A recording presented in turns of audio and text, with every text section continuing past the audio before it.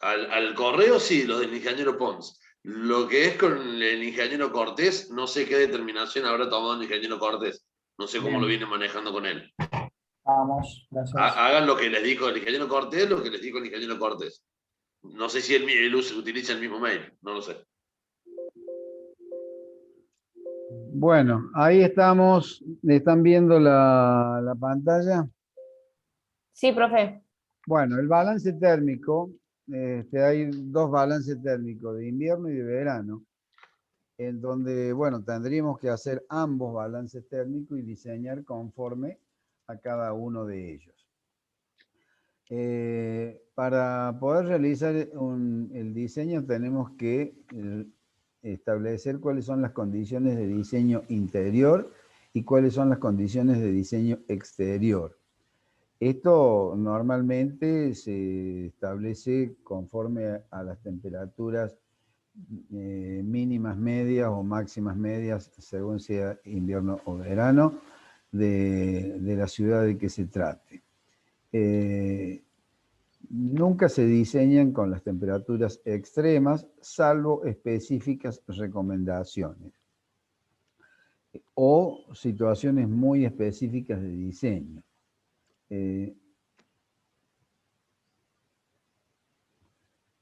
Y lo mismo sucede con las condiciones de diseño interior. Las condiciones de diseño interior normalmente estamos hablando de un ambiente habitable, pero bien podría tratarse de otro tipo de ambiente que requiere condiciones específicas. Por ser exagerado, una cámara frigorífica o un horno, qué sé yo. Otra de las cosas que necesitamos conocer, lo que nosotros les pedimos de comienzo en relación a los trabajos prácticos grupales, que son los planos. En los planos tenemos que conocer orientación, ubicación geográfica, componentes, densidad de ocupantes, y por otra parte, por supuesto, los materiales componentes. De qué manera está compuesto los elementos de cierre, tanto interior como exterior, llámense muros, techos, pisos, etc. Y por supuesto, lo que es muy importante en relación a las ganancias o pérdidas térmicas, son las planillas de abertura y elementos de sombra. Este es un tema que, bueno, vamos a ver en particular porque es muy común en nuestro medio ofrecer departamentos con aberturas con vidrio simple, muy vidriadas y sin elementos de oscurecimiento. Yo ya se los he comentado cuando vimos la parte de transmisión, pero ahora lo vamos a ver con ejemplos prácticos, con las mismas planillas, para que podamos ponderar ya en forma más acabada las ganancias térmicas que se tienen cuando la abertura está desnuda, está descubierta y no tiene elementos de protección contra aquella que sí lo tiene. Lo mismo ocurre con la orientación, y aquí quiero hacer una acotación en relación a la orientación. Tanto en la clase de hoy como en la guía de trabajos prácticos, como en los libros especificados, especializados, perdón, están dadas las tablas fundamentalmente desarrolladas para el hemisferio norte. De manera que hay que tener cuidado cuando se establecen esas ganancias térmicas en relación a la orientación y la hora de asoleamiento en relación a las horas de uso de este inmueble que estamos desarrollando. Obviamente no vamos a tener en cuenta esas ganancias térmicas cuando el local o el ambiente con el cual vamos a trabajar durante esas horas no funciona. Por ejemplo, qué sé yo, un banco que no vamos a analizar un una ganancia térmica solar a las 17 horas cuando el banco está cerrado. Digo, una apreciación para ser un poco más ilustrativo en relación a las planillas que ya vamos a ver. Las dimensiones, obviamente, son totalmente imprescindibles, porque en función de esas dimensiones está en relación directa con las ganancias térmicas. La latitud, por supuesto, terrestre, tanto norte como sur, y esto tiene mucho que ver con el ángulo de incidencia solar. Los colores, esto también da una importante relación con las ganancias térmicas. Y otra de las ganancias térmicas que son muy importantes para el dimensionamiento del equipo, obviamente, es la ocupación. ¿Qué cantidad de personas van a ocupar un determinado local? En función directa a esta ocupación es la actividad.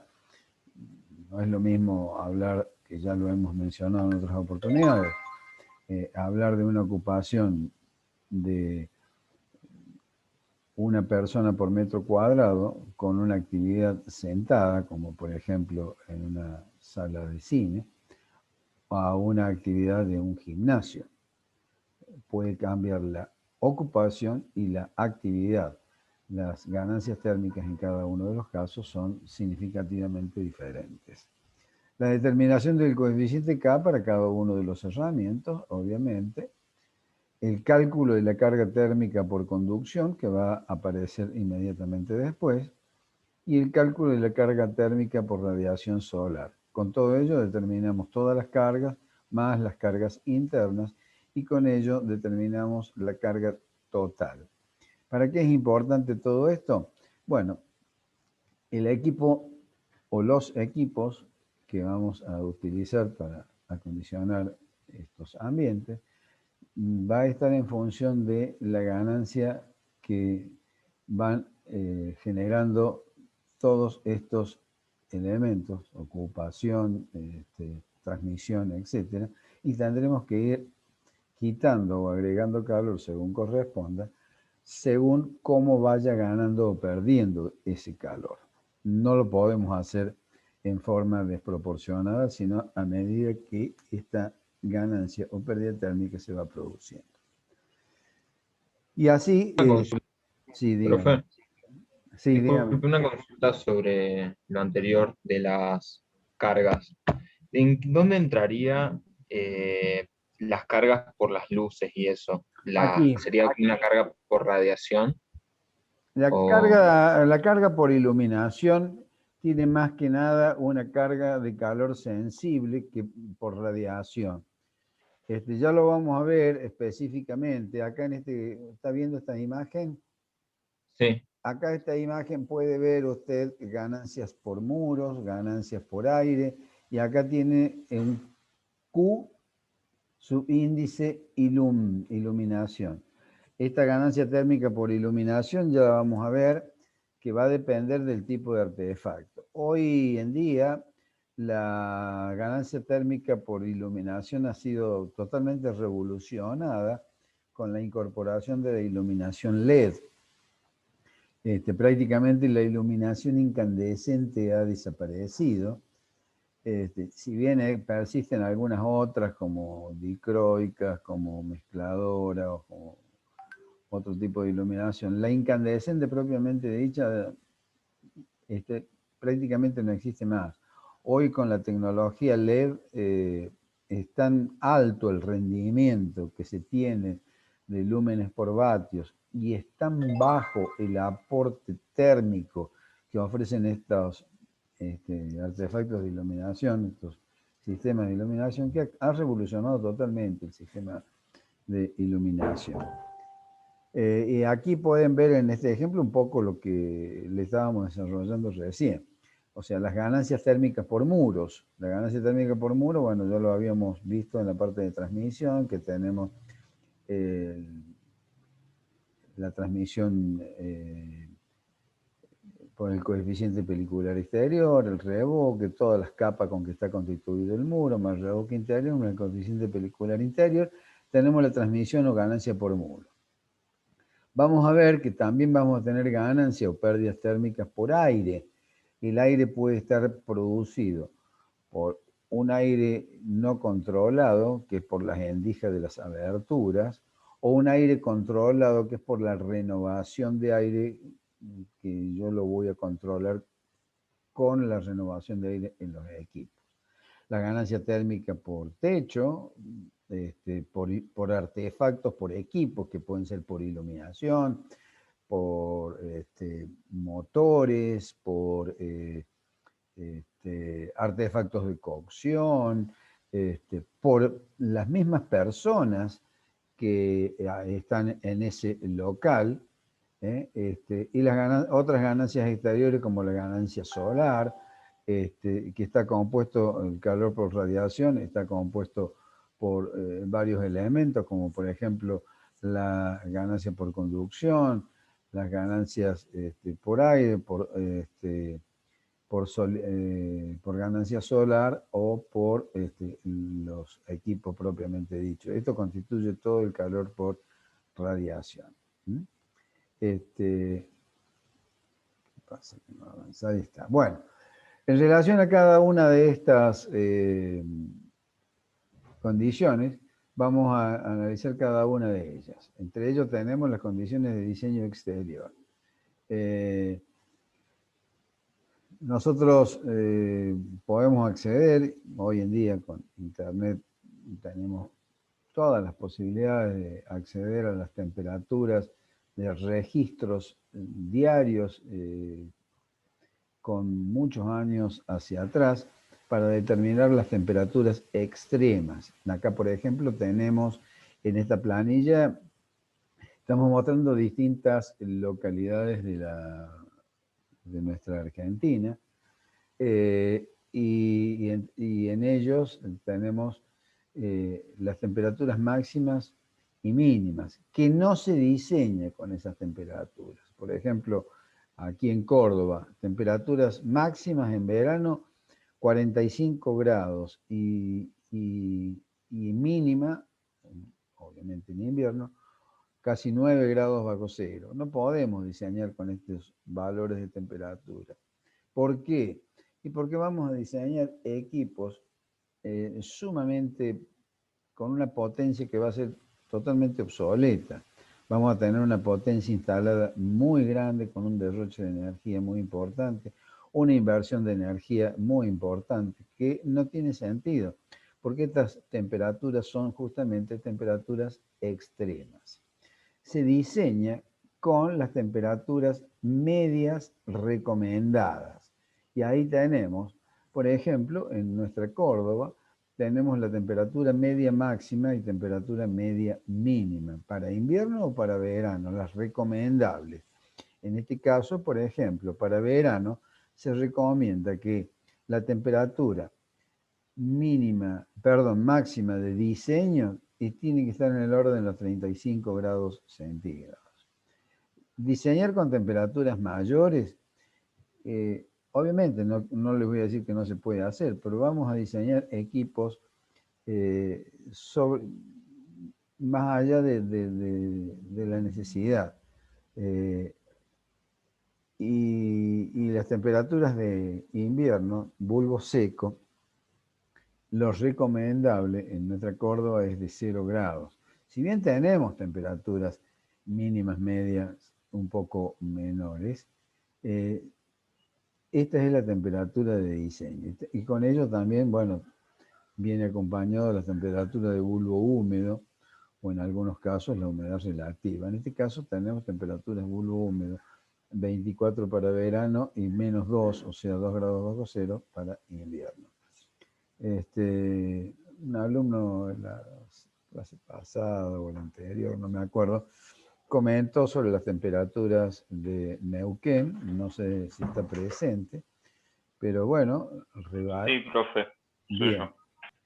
Bien, entonces revalido lo que usted decía, y aquí tengo temperaturas extremas en Neuquén, 39,5 grados sobre 0, pero estoy hablando de temperatura extrema, ¿no? Y la mínima 10,4. No quiere decir que no puede haber mayores que esta ni menores que esta. Son las temperaturas extremas registradas en un periodo de tiempo determinado. Pero las recomendadas de diseño son 35 para verano y 6 grados bajo cero para invierno. Fíjense que hay diferencia con Córdoba. Córdoba tenemos 0 grados de temperatura de diseño y en Neuquén 6 grados bajo cero. Obviamente es bastante coherente que esto sea así. Bueno, no sé si hay alguna pregunta hasta aquí. Bueno,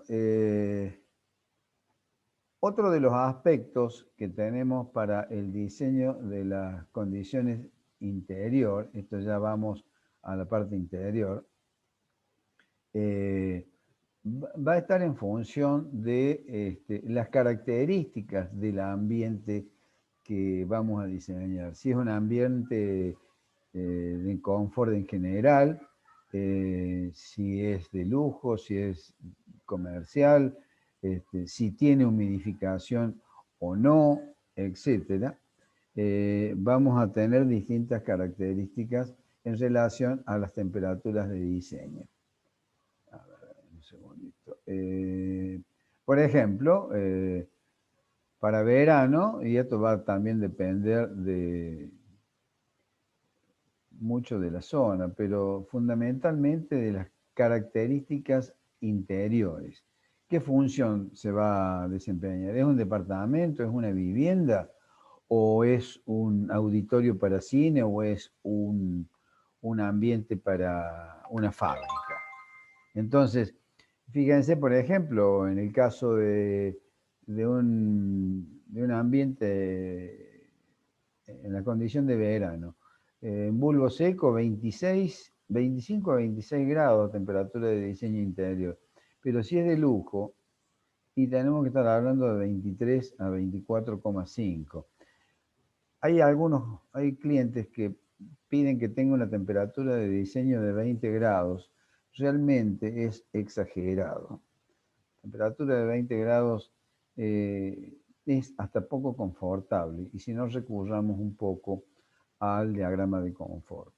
Pero fíjense, las mismas condiciones para áreas fabriles. En el caso de tener un área fabril de un importante nivel, estamos hablando de 25 a 27 grados centígrados de temperatura de diseño interior. Sin embargo, en un ambiente de características similares, podemos estar hablando de temperaturas un poco mayor. Esto hace que al subir en estos 2, 3, 4 grados de temperatura, cambia muy mucho la potencia del equipo resultante.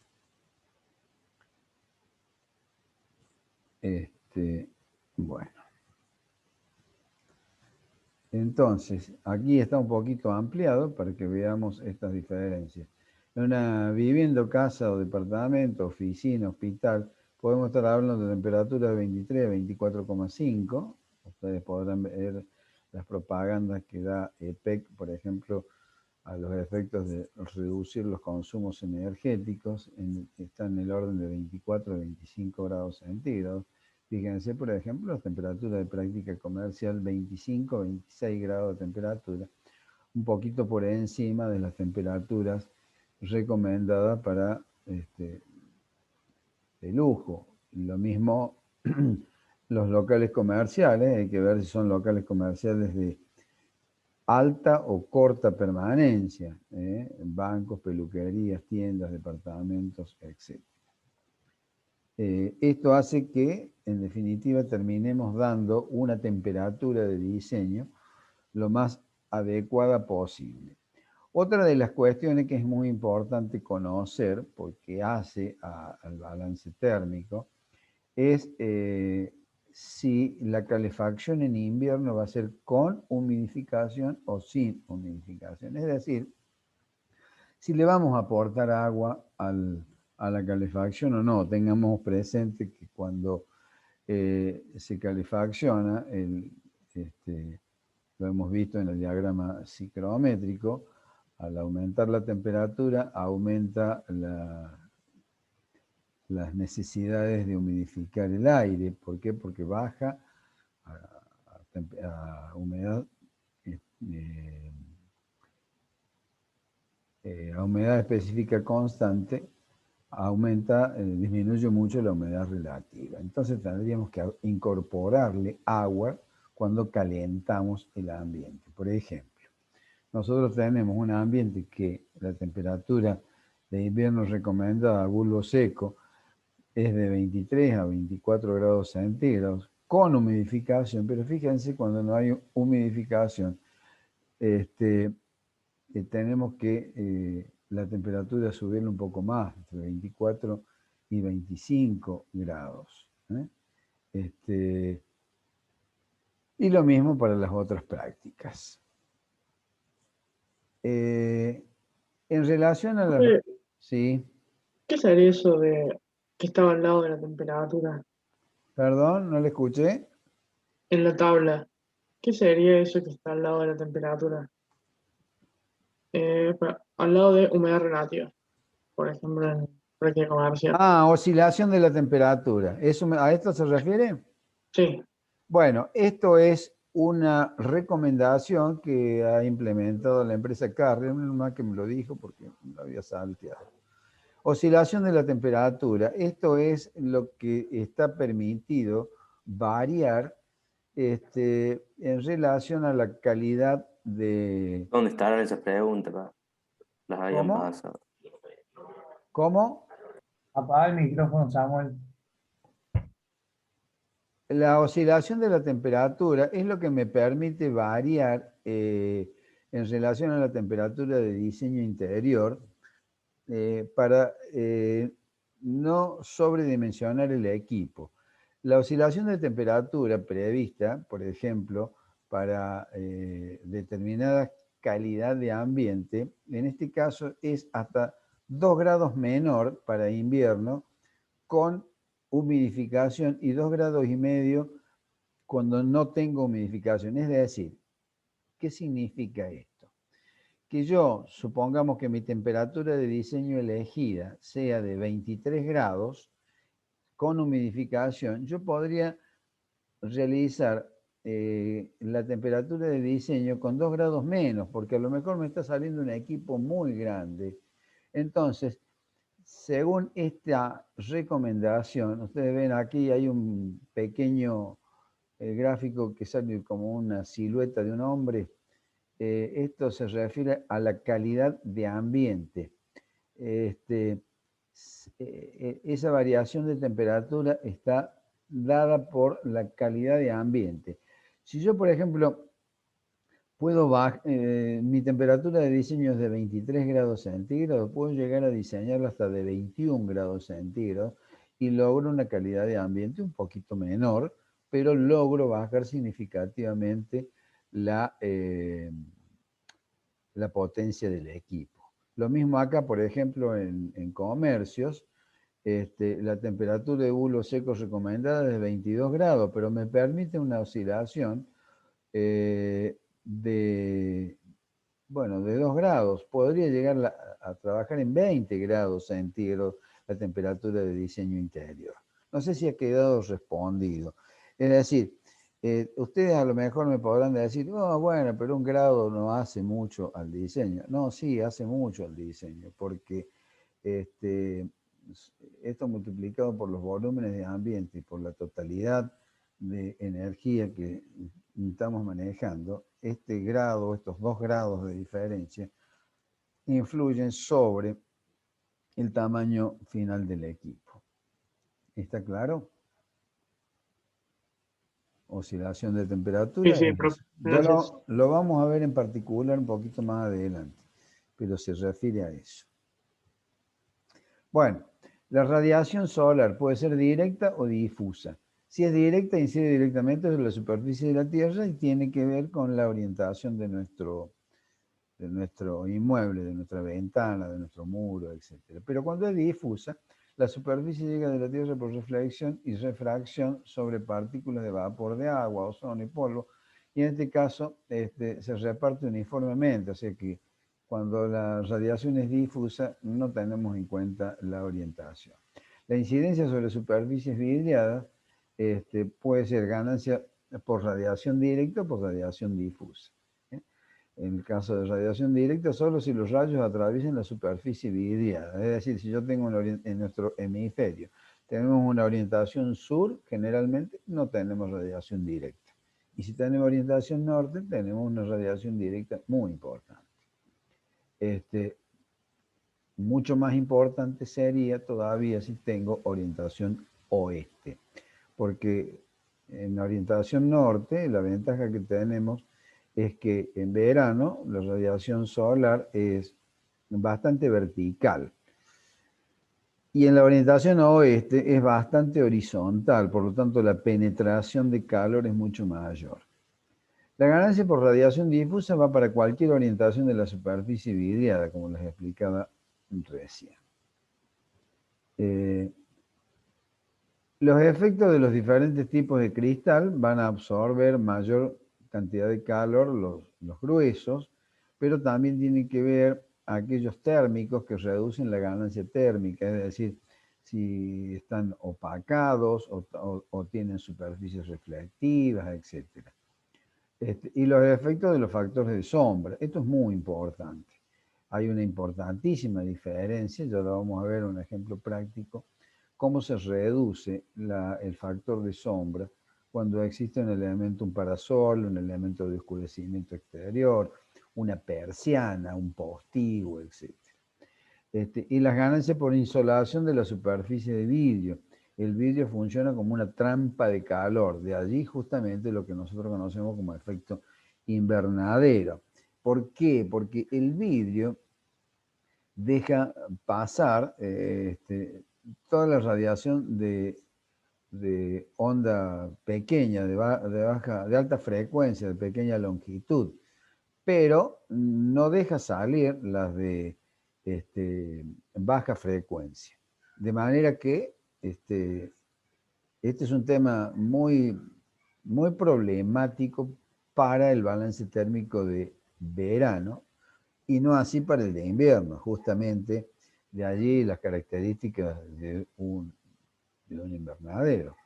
El invernadero, ¿por qué en los lugares donde hace frío se realizan desarrollos de cosechas de hortalizas bajo superficies vidriadas? Y bueno, se hace justamente por ese motivo, porque se logra una importante temperatura interior con bajas temperaturas exteriores, porque la ganancia térmica que se da por el sol no se pierde porque el vidrio actúa como un filtro solar. Actúa de esta manera. La radiación solar de onda de pequeña longitud y alta frecuencia atraviesa las paredes del vidrio. Calienta las superficies interiores, pisos, muebles, otros muros, pero el calor ganado por esa superficie emite una radiación, pero es de baja frecuencia o de longitud de onda amplia, que no le permite salir al vidrio. Actúa de esa manera, por eso este ambiente queda con lo que se conoce el nombre de efecto invernadero. Y funciona, fíjense, en este caso, hola, en este caso podemos analizar, si no tienen preguntas que hacer, por favor, silencien los micrófonos. En este caso podemos ver cómo se comporta un vidrio cuando el sol incide con un ángulo de incidencia de 30 grados o de 80 grados. Bueno, el ángulo de incidencia tiene dos componentes, una que es reflejada y la otra que es absorbida por el vidrio. En el caso de un ángulo de radiación de 30 grados, muy característico de las orientaciones oeste, refleja el 8% de la radiación total. El 6% es absorbido por la masa del vidrio que a su vez, luego esa masa, al absorber calor, va a irradiar en la superficie interior con el 40% de ese calor ganado. Y más el calor obtenido por la radiación directa, obtenemos un calor total transmitido por ese vidrio del 86% de la radiación incidente. Pero fíjense qué pasa cuando el ángulo de incidencia, esto es característico de la orientación norte en verano, no en invierno, en invierno se da vuelta la situación. Cuando tenemos una radiación con un ángulo de incidencia de 80 grados, ¿qué pasa? Fíjense, más de la mitad es reflejada, el 52% de esa radiación es reflejada. Bueno, lo que recibe la masa del vidrio es igual que la de recién, es el 6%, y ese 6% refleja o emite hacia el exterior, perdón, hacia el interior el 40% de esa radiación, haciendo que la suma de esta radiación absorbida por la masa del vidrio más la radiación directa, vamos a obtener una transmisión de calor por radiación del 42% del total de la radiación obtenida sobre ese vidrio. Fíjense que estamos hablando de menos de la mitad cambiando el ángulo de incidencia. Eso es para poder determinar qué importante es la orientación en ese sentido y lograr la reflexión. Eso también se puede lograr mediante placas reflectivas. Acá tenemos, por ejemplo, el caso de la radiación solar en incidencia sobre una superficie vidriada, pero en este caso, esta superficie vidriada tiene una persiana interior.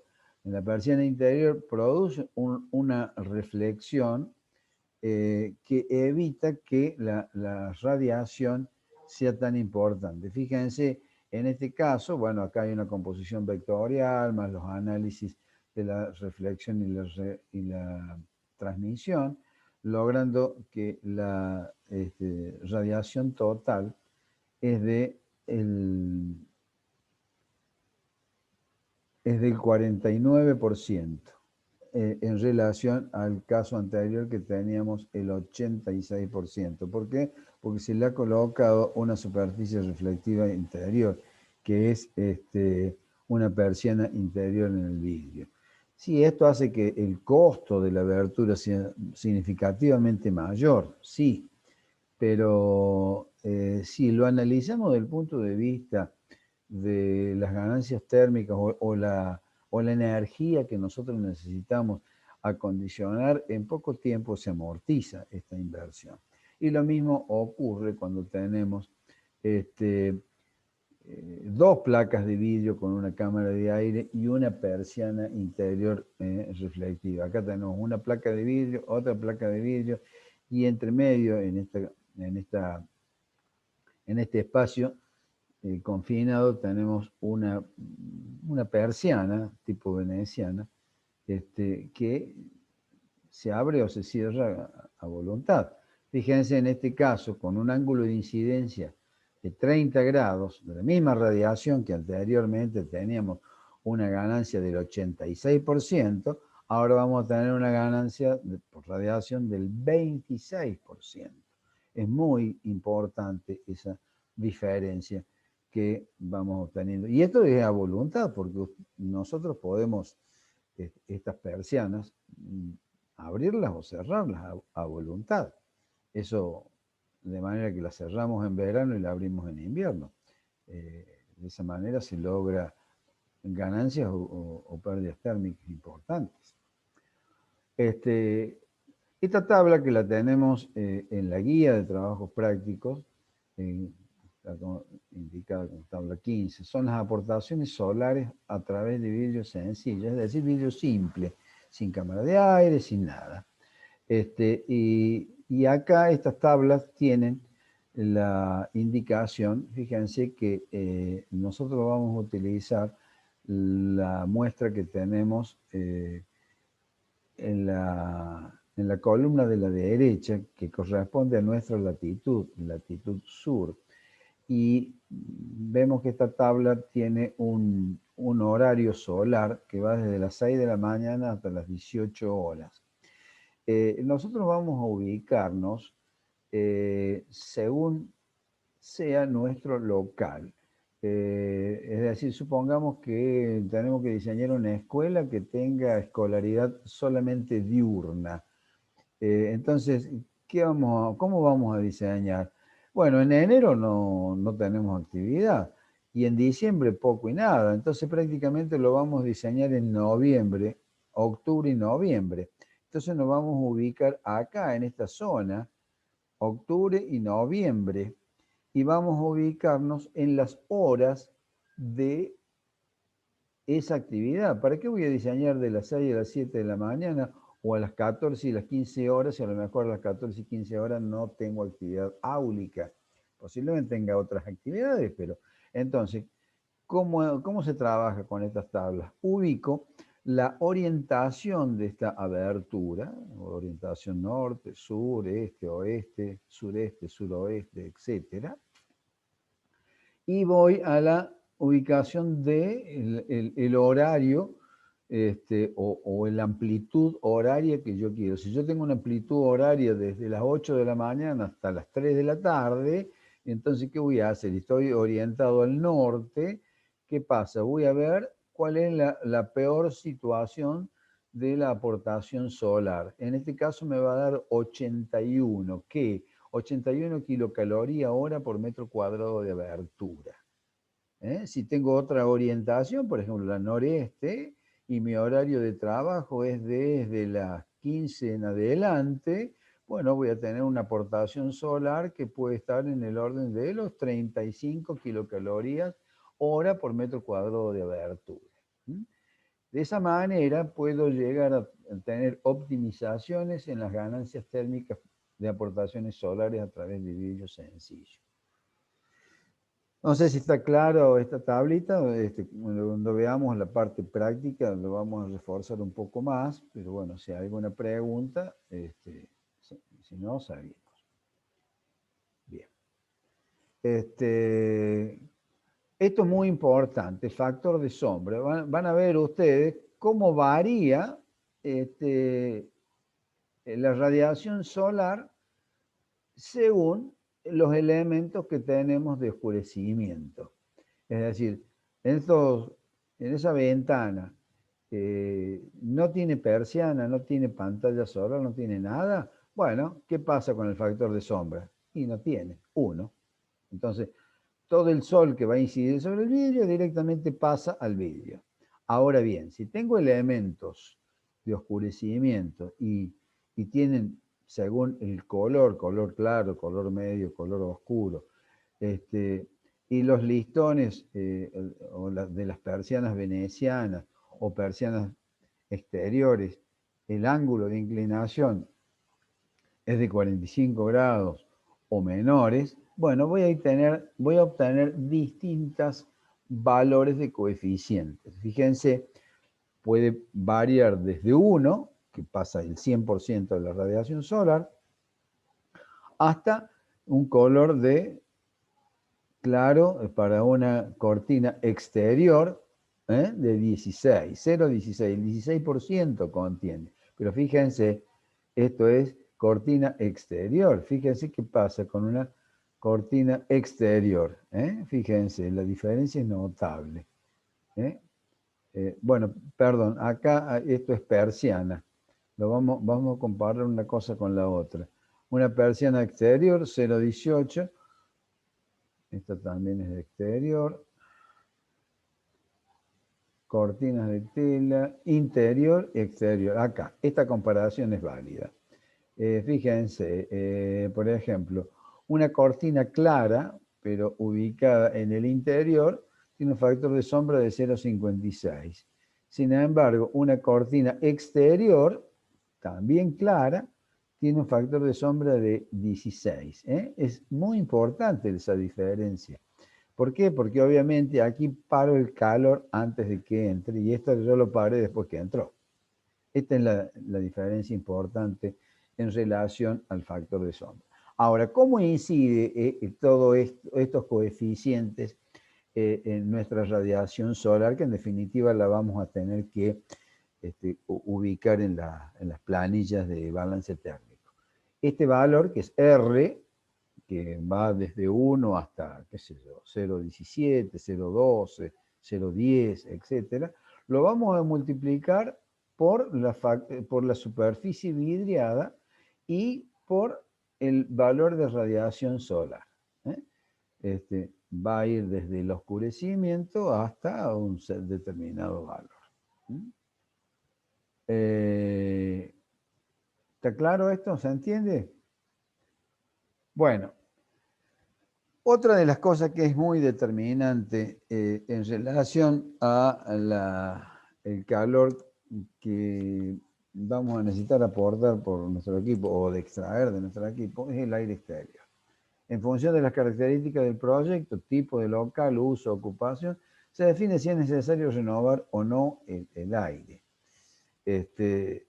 Hay condiciones higiénicas que son necesarias y hay otras que nosotros podemos utilizar el ambiente y luego de un determinado tiempo de uso se ventila en forma natural.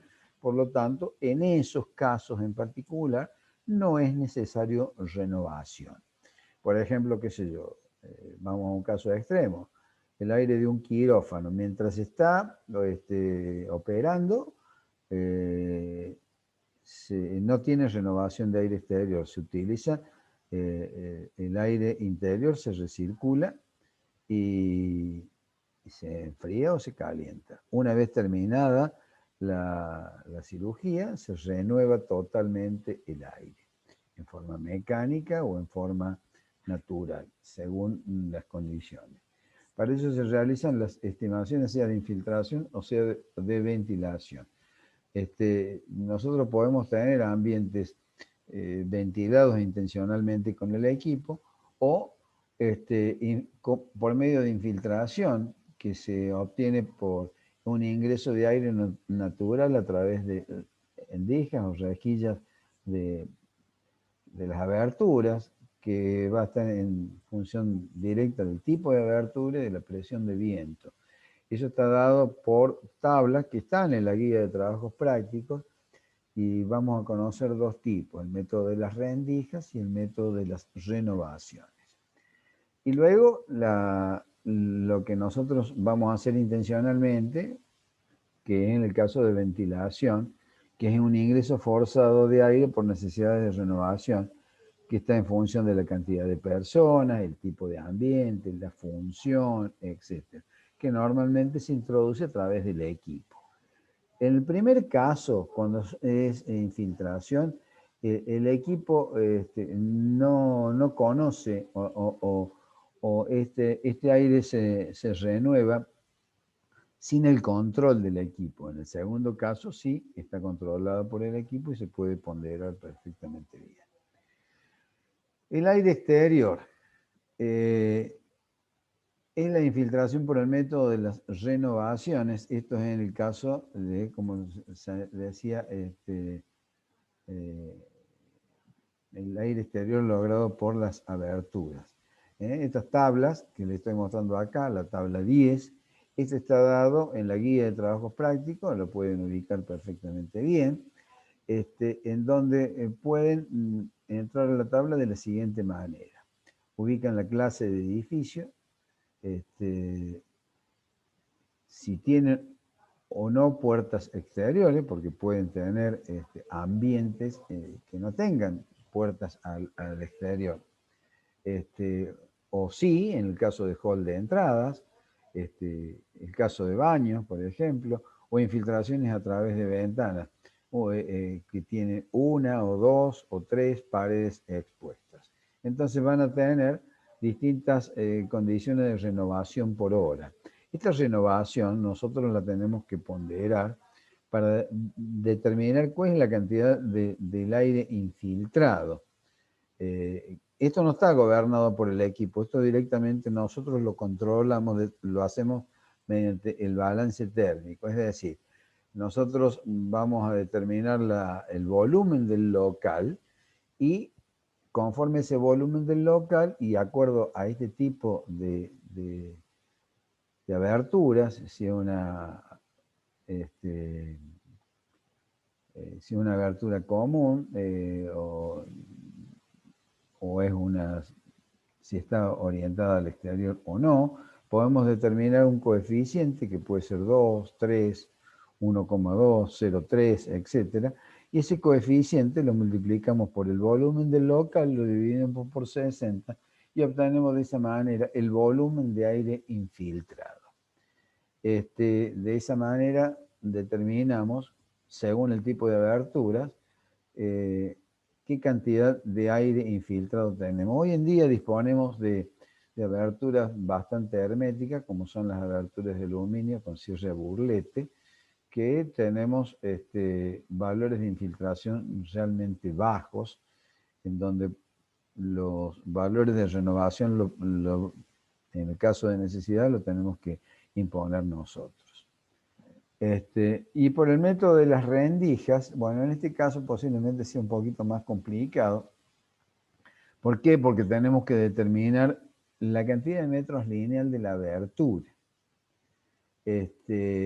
Y conforme al tipo de abertura. Si es una abertura de madera, una abertura metálica. Fíjense que acá no figuran las aberturas de aluminio. ¿Por qué? Porque se consideran que son bastante herméticas. Entonces se determina el perímetro de rendijas y con ello se puede determinar la cantidad de aire que se renueva por metro lineal de rendija. Entonces ese valor va a estar dado por los metros cúbicos por minuto por metro lineal de rendija.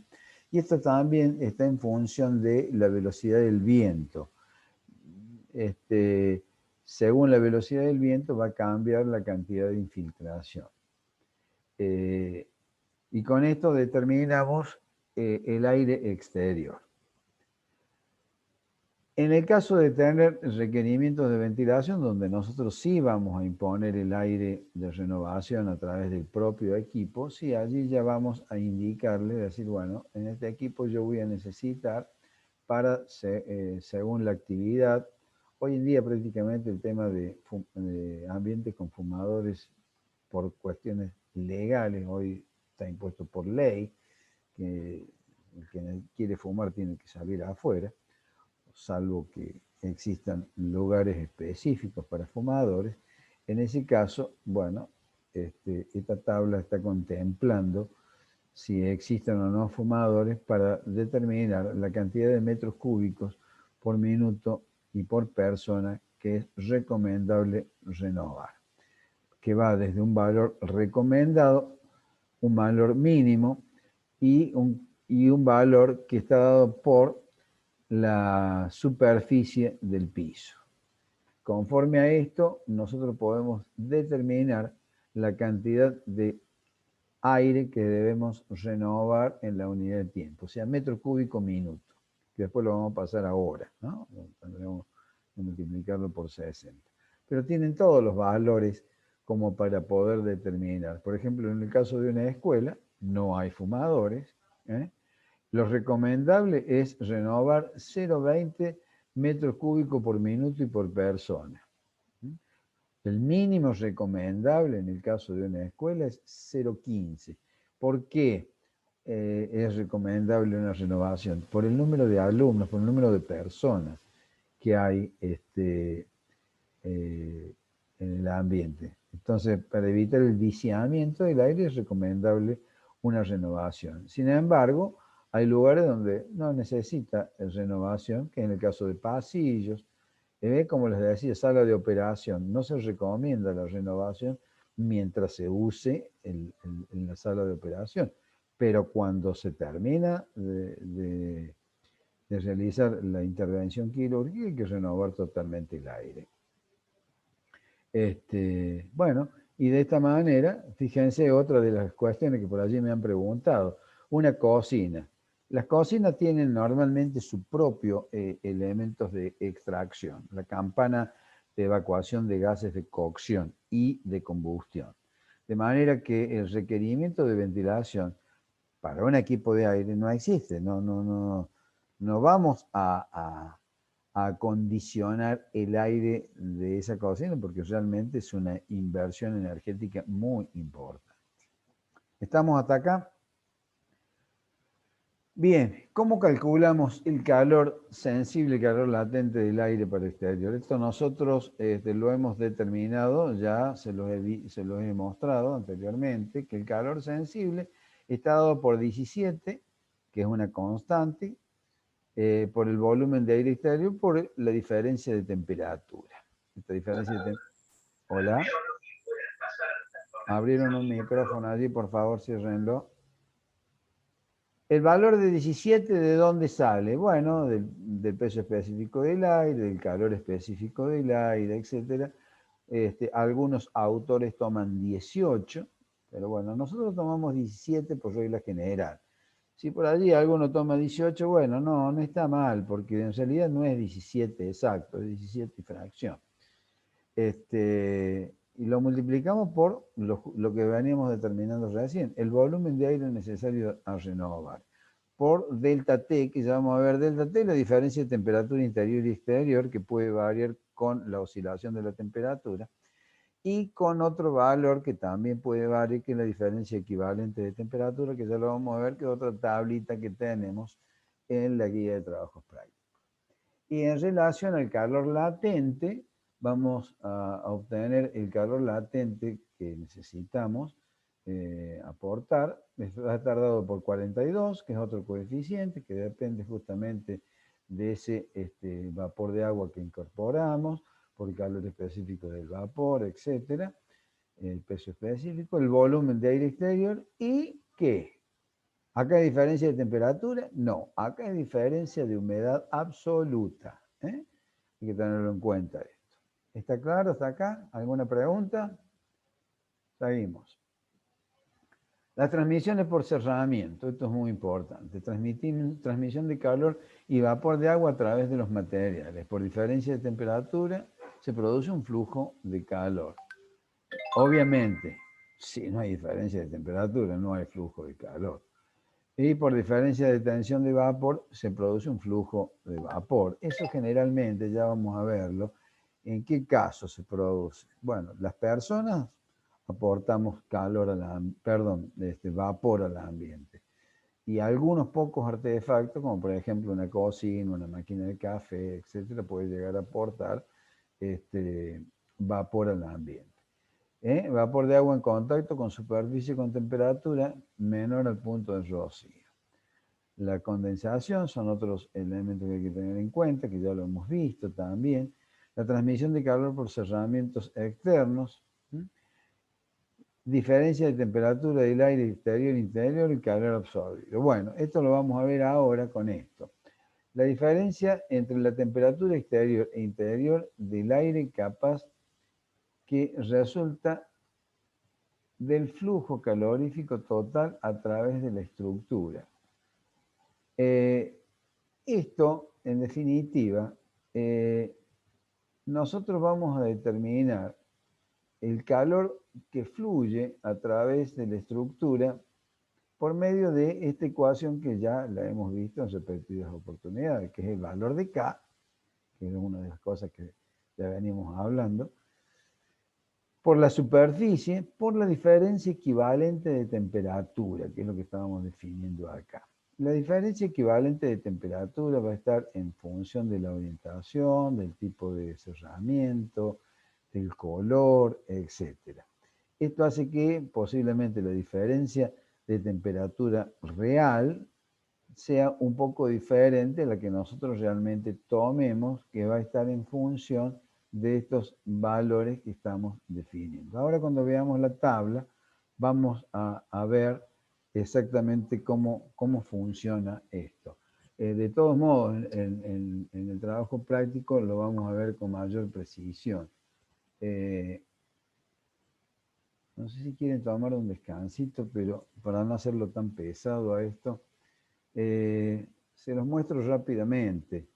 La filmina que pasé anteriormente muestra el esquema de transmisión a través de un muro de distintas capas. La diferencia equivalente de temperatura, por ejemplo, nosotros acá tenemos que la temperatura exterior es de 35 grados y la interior es de 27. La diferencia sería de 8 grados. Yo podría aplicar eso para determinar qué cosa, el calor total transmitido, Q. Pero resulta que conforme al horario solar que yo considere, desde las 7 de la mañana hasta, qué sé yo, cualquier horario, vamos a determinar distintos valores de diferencia equivalente de temperatura según la orientación y según el muro que tenemos en esa orientación. Vemos entonces que según la orientación y según esta diferencia real de temperatura vamos a obtener las distintas diferencias equivalentes. Fíjense, por ejemplo, en una orientación norte, nuestra diferencia era de 8 grados. Sin embargo, fíjense, para un muro de 500 kilos por metro cuadrado, fíjense que la diferencia equivalente de temperatura va a ir variando a lo largo del día según el horario solar. Por ejemplo, 1,8, si yo considero el balance térmico a las 7 de la mañana, va a ser 1,8 la diferencia de temperatura. Si lo tomo a las 2 de la tarde, es de 7,1.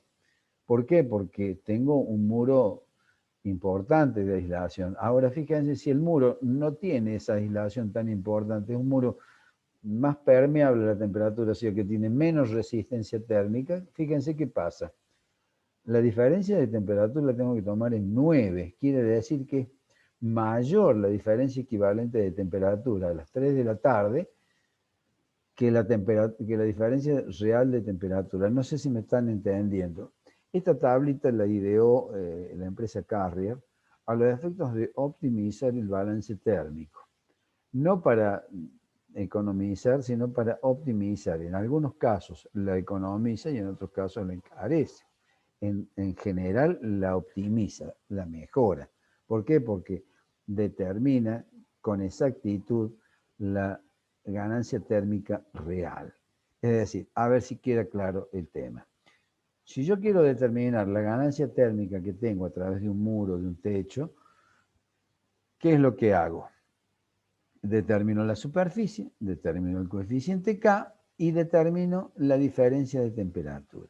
Conforme hago el producto de esos tres factores, yo obtengo la transmisión de calor total. Pero esa diferencia de temperatura puede variar según la hora solar o según la orientación y según el tipo de muro.